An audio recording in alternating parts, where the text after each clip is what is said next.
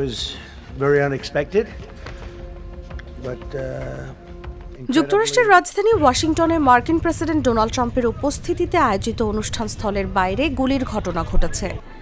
শনিবার রাতে white house সংবাদদাতাদের বার্ষিক নৈশভোজ চলাকালে এই ঘটনা ঘটে।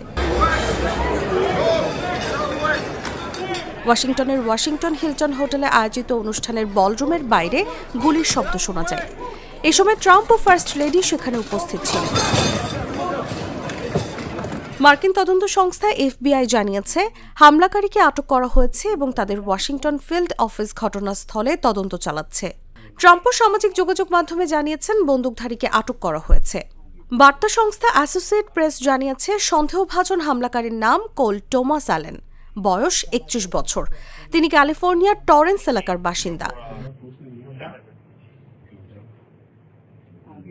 ওয়াশিংটন ডিসির অন্তর্বর্তীকালীন পুলিশ প্রধান জেফ্রি ক্যারল জানান, এখনও হামলার উদ্দেশ্য স্পষ্ট নয় এবং কাকে লক্ষ্য করে গুলি চালানো হয়েছিল সেটিও নিশ্চিত নয়।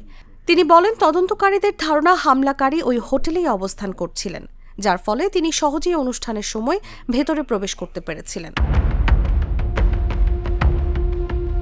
পুলিশ জানিয়েছে হামলাকারীর কাছে একটি শটগান, একটি হ্যান্ডগান এবং একাধিক ছুরি ছিল। তাকে হাসপাতালে নিয়ে স্বাস্থ্য পরীক্ষা করা হয়েছে, তবে তিনি গুলিবিদ্ধ হননি। ক্যারল আরও জানান, আগ্নেয়াস্ত্র ব্যবহার এবং বিপজ্জনক অস্ত্র দিয়ে পুলিশ কর্মকর্তার উপর হামলার অভিযোগে প্রাথমিকভাবে মামলা হচ্ছে, তবে পরিস্থিতি বিবেচনায় আরও অভিযোগ আনা হতে পারে। মার্কিন কর্মকর্তা পিরো জানিয়েছেন, আগামী সোমবার ফেডারেল আদালতে তাকে হাজির করা হবে।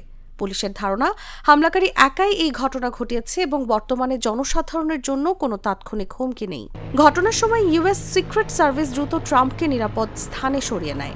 পরে তিনি জানান, তিনিও তার প্রশাসনের সদস্যরা সবাই নিরাপদে আছেন।